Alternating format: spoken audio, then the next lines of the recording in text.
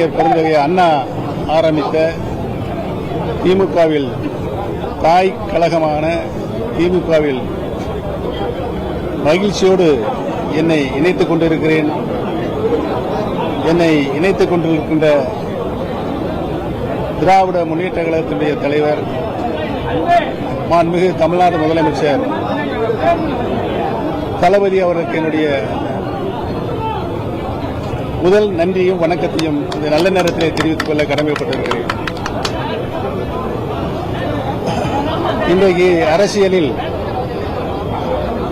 அண்ணா காட்டிய வழி, கலைஞர் காட்டிய வழியில் அனைத்து மக்களையும் அரவணைத்து செல்கின்ற ஒரு அரசியல் பண்பாரோடு தளபதி அவர்கள் கட்சியையும் ஆட்சியும் வழிநடத்திக் கொண்டிருக்கிறார் என்பதை நான் நன்றாகவே உணர்ந்து திமுகவில் பெருமகிழ்ச்சியோடு நான் இணைந்திருக்கிறேன். அரசியலில் இன்றைக்கு ஒரு சர்வாதிகாரியாக ஆணவ போக்கோடு நடந்து கொள்கின்ற எடப்பாடி எந்த காலத்திலும் இனி அரசியலில் வெற்றி பெற முடியாத ஒரு சூழ்நிலையை அதிமுகவுக்கு உருவாக்கியிருக்கிறார்.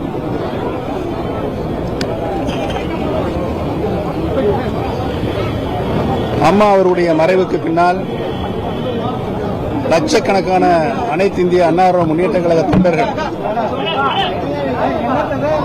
இன்றைக்கு தளபதி அவருடைய தலைமையை ஏற்று திராவிட முன்னேற்ற கழகத்தில் தங்களை இணைத்துக் கொண்டிருக்கிறார்கள் என்று நாடு தளபதி அவர்களை உற்று நோக்கிக் கொண்டிருக்கிறது. ஒரு அரசியல் இயக்கத்தை அரவணைப்போடு எப்படி நடத்த வேண்டும் என்ற இலக்கணத்தோடு தளபதி அவர்கள் திராவிட முன்னேற்ற கழகத்தை வழிநடத்தி சென்று கொண்டிருக்கிறார்கள். அதேபோல ஆட்சியில் கடந்த 5 ஆண்டு காலம்